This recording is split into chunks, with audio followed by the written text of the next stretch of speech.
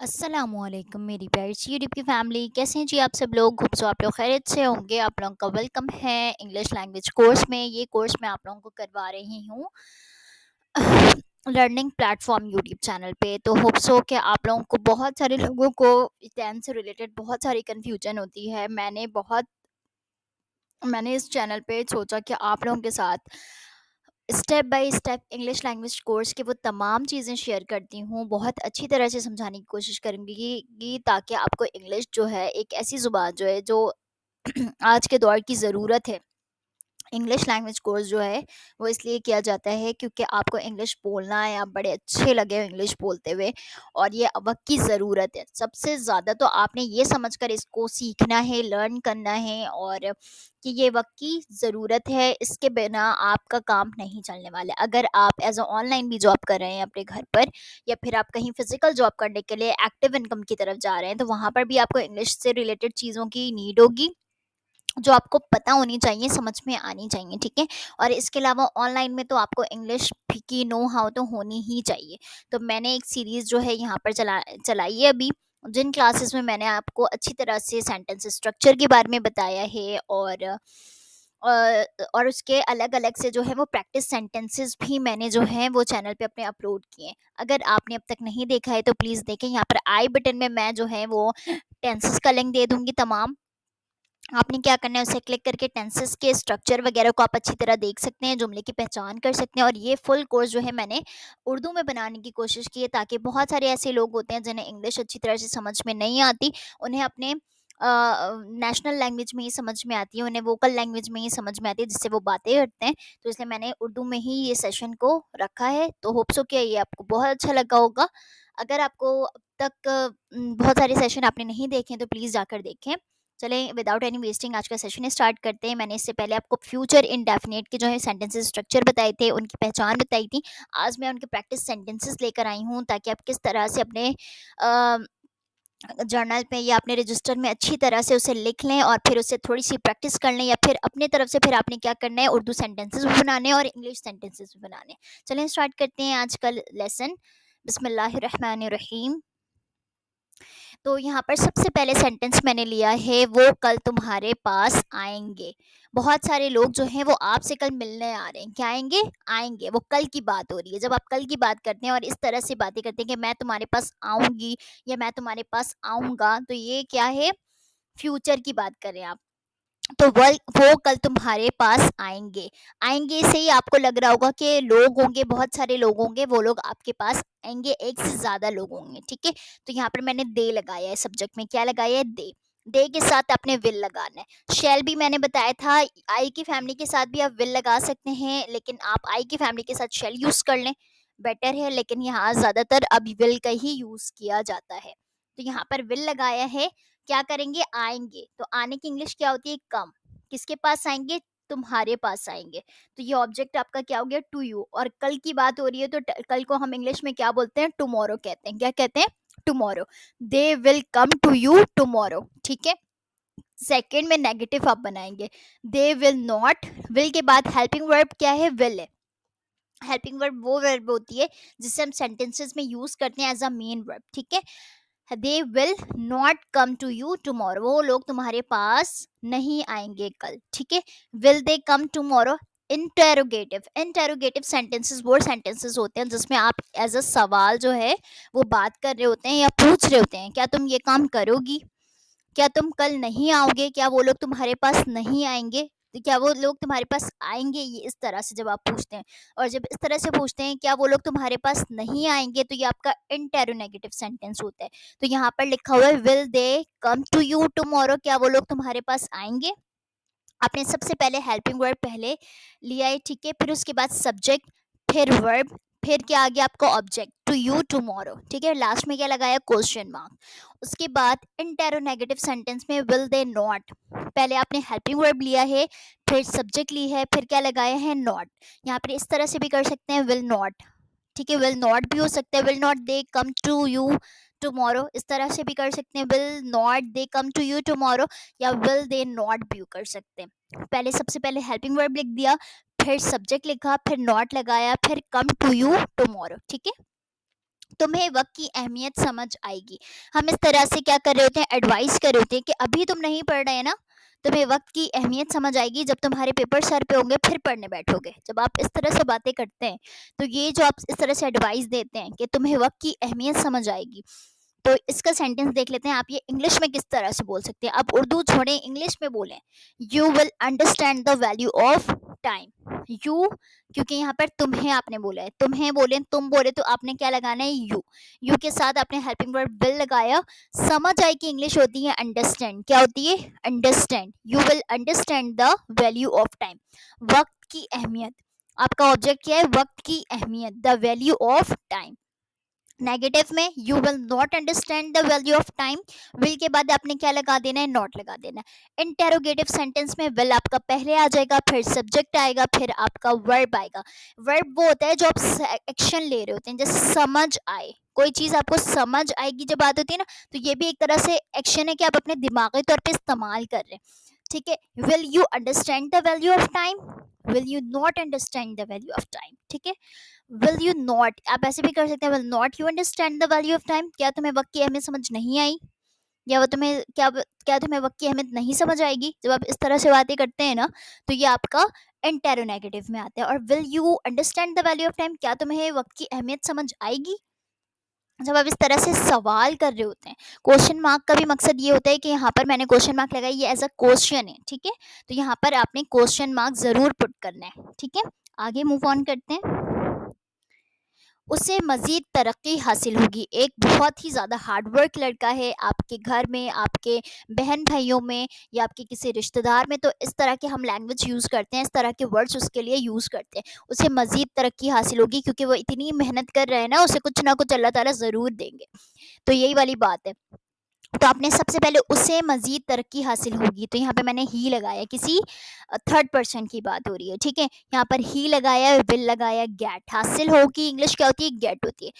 मज़ीद तरक्की को बोलते हैं फर्दर डेवलपमेंट। क्या बोलते हैं, further development. Okay, he will not get further development, will he get further development, will he not get further development. Further development से मुराद है मज़ीद तरक्की। ठीक है, फर्दर प्रोग्रेस भी होती है, लेकिन मज़ीद तरक्की जो होती है ना, वो डेवलपमेंट में ही आती है। और प्रोग्रेस जो होती है ना, वो बेहतर से बेहतर होती है, जैसे अभी ये है, अभी फिर वो, इस तरह से। ठीक है, और डेवलपमेंट क्या है, वो इससे वो चीज़ हासिल होगी, डेवलपमेंट, तरक्की। ठीक है, दूसरा देख लेते हैं। फोर्थ सेंटेंसेस हमारा है, हम आइंदा हफ्ते सफ़र करेंगे। कोई फैमिली है, वो अपने बारे में बता रही है कि हम आइंदा हफ्ते क्या करने वाले हैं, भाई सफ़र करने वाले हैं, कहीं जाने वाले हैं, करेंगे। ठीक है, वी विल ट्रैवल, सफ़र करने की इंग्लिश वी, क्या की इंग्लिश, कौन हम की इंग्लिश क्या होती है, वी होती है। वी के साथ साथ आपने विल लगाया, वी विल, सफ़र करेंगे। सफ़र क्या है, आपका एक एक्शन है, कहीं ट्रैवल के लिए जा रहे हैं, ट्रिप पे जा रहे हैं। ट्रिप भी हो सकती है, we will trip next week, लेकिन ट्रैवल ज़्यादा बेटर है, सफ़र की बात हो रही है। We will travel next week, आइंदा हफ्ते मतलब आने वाले हफ्ते, तो क्या कहेंगे, नेक्स्ट वीक। या अगर पिछले हफ्तों की बात होती है, तो आप यहाँ पर क्या लगाएंगे, प्रीवियस वीक। क्या लगाएंगे, previous week. We will travel next week, we will not travel next week, will we travel next week, will we not travel next week. Interronegative और इंटेरोगेटिव सेंटेंस बहुत सिंपल होते हैं। सबसे पहले आप हेल्पिंग वर्ब लिख दें, फिर सब्जेक्ट लिखेंगे, फिर हेल्पिंग, फिर वर्ब लिखेंगे। ठीक है, फिर नेक्स्ट वीक। इससे पहले मैंने जो आपको सेशंस करवाए ना, स्ट्रक्चर, सेंटेंस स्ट्रक्चर को जब आप अच्छी तरह से समझ लेंगे कि आपने सब्जेक्ट लगाया, हेल्पिंग वर्ब इसमें कौन सी आएगी, फिर आगे वर्ब की कौन सी फॉर्म आएगी, फिर आगे ऑब्जेक्ट आपने लगाना है, तो इस तरह से फिर एडिशनल वर्ड्स आते हैं। जब आप इस तरह से थोड़े से सेंटेंस स्ट्रक्चर को देखेंगे ना अच्छी तरह से, आपको खुद ब खुद बहुत अच्छी तरह से समझ में आने लग जाएगी। लेकिन ये सारी चीज़ें थोड़ी सी प्रैक्टिस मांगती हैं। आप हाफ आवर्स लेके बैठे, फिर कल थोड़ा सा और टाइम बढ़ाएं, 5-5 मिनट करके बढ़ाएं, 1 घंटा रोजाना इंग्लिश सीखें, अल्हम्दुलिल्लाह बहुत अच्छी इंग्लिश सीख लेंगे आप। आगे मूव ऑन करते हैं। तुम आइंदा साल एक नई महारत सीखोगे। ठीक है, इस साल तुमने कुछ भी नहीं किया, हम इस तरह से कहते हैं ना, तुमने इस साल को बहुत वेस्ट किया, but you don't do this again. ठीक है, तुम आइंदा साल क्या करोगे, एक नई महारत सीखोगे। You will learn. जब आप कोई भी यू, तुम, क्या यहाँ पे तुम की बात हो रही है, तुम के साथ आपने क्या लगाया है, विल। यू विल सिर्फ लगाया क्योंकि विल ही डेफिनेट जो है वो हेल्पिंग वर्ब है, शैल भी लगा सकते हैं लेकिन विल ज्यादा अप्रोप्रिएट है। Okay, you will learn. कोई भी चीज सीखने की इंग्लिश क्या होती है, लर्न। और फ्यूचर इंडेफिनिट में वर्ब की फर्स्ट फॉर्म यूज होती है। You will learn a new skill. और नई महारत का मतलब क्या होता है, न्यू स्किल सीखना। You will learn a new skill next year. आइंदा साल का मतलब क्या है, आने वाले साल, ठीक है। You will not learn a new skill next year. Will you learn a new skill next year, will you not learn a new skill next year. Okay, you will learn a new skill next year, मतलब new skill की बात हो रही है, नई महारत। किसी भी चीज की महारत होती है ना, तो आप उसे स्किल कहते हैं, ठीक है। या उसके पास बहुत जबरदस्त महारत है, तो ही विल हैव। या उसके बाद जब हम इस बात, उसके पास यू जब आप ऐसे बोलते हैं you have a great skill in the blog post, या फिर आप इन यूट्यूब चैनल, जब आप इस तरह से बात करते हैं कि उसको बहुत भाई आता है, वो महारत वाला काम करता है, तो वो आप स्किल यूज करते हैं उसमें, क्या वो एक स्किल फॉर्म में आती है। हम अगले साल एक दूसरे के साथ शादी करेंगे। कौन कौन अगले साल एक दूसरे के साथ शादी करने वाला है, ये तो बताएं पहले, कमेंट में ज़रूर बताइएगा। हम अगले साल एक दूसरे के साथ शादी करेंगे। जब हम इस तरह के सेंटेंसेस यूज़ करते हैं, तो सबसे पहले तो आप इमोशनली बहुत खुश हो रहे होते हैं, आपके फेस पे बहुत ज़्यादा ग्लो आ रहा होता है, ठीक है। और आप, अल्लाह करे आपके नसीब अच्छे हों, ठीक है। चलते हैं, आप दोबारा सेंटेंस पर आ जाते हैं। हम अगले साल एक दूसरे के साथ शादी करेंगे। We will marry. हम की इंग्लिश क्या होती है, वी विल। चुप से आंख बंद करके आपने विल लगा दिया, ठीक है। वी विल मैरी, शादी करने के क्या मतलब इंग्लिश होती है, मैरी। मैरिड होते हैं जब आप शादी कर चुके होते हैं, मैरी फर्स्ट फॉर्म है, ठीक है। We will marry each other, एक दूसरे के साथ की इंग्लिश क्या होती है, ईच अदर। नेक्स्ट ईयर, अगले साल की बात हो रही है, नेक्स्ट ईयर, ठीक है। We will not marry each other next year, क्या हम एक दूसरे से शादी नहीं करेंगे, ठीक है। Will we marry each other next year, will we not marry each other next year, ठीक है। कुछ भी नहीं किया, सिंपल वो ही है, विल के बाद नॉट लगा दिया, इंटेरोगेटिव में विल आपका पहले आ गया, फिर सारे सेंटेंसेस आ गए और लास्ट में क्वेश्चन मार्क लगा दिया। और इंटेरोनेगेटिव में हेल्पिंग वर्ब आ गया, फिर आ गया आपका सब्जेक्ट, फिर लगाया आपने नॉट। आप इस तरह से भी कर सकते हैं, will not we marry each other next year, यहाँ पे लिखा है आपने will we not marry each other next year. Okay, आगे ही चलते हैं।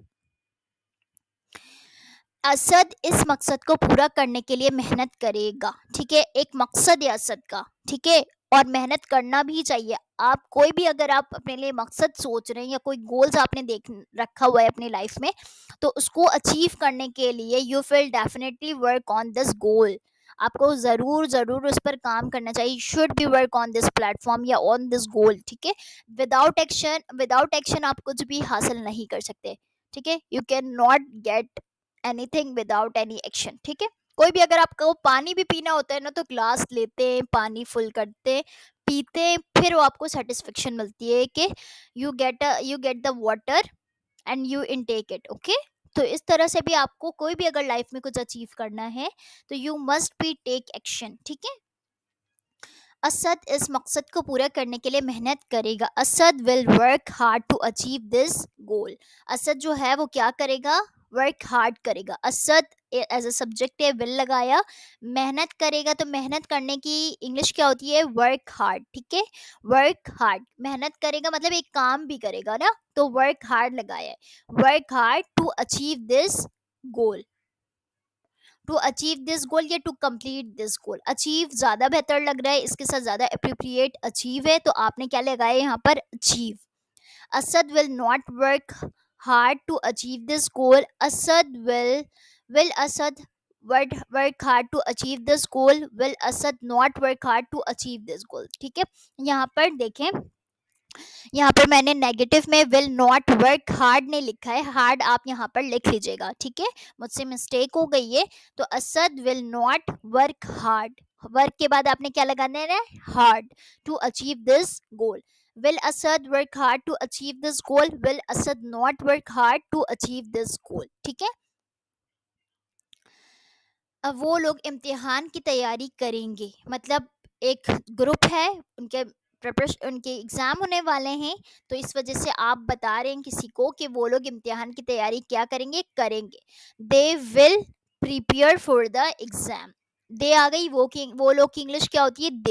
दे के साथ आपने विल लगाया, तैयारी करने की इंग्लिश होती है प्रिपेयर। क्या होती है? प्रिपेयर। प्रिपेयर जो है वो फर्स्ट फॉर्म है वर्ब की, तो आपने प्रिपेयर लिखना है। They will prepare for the exam.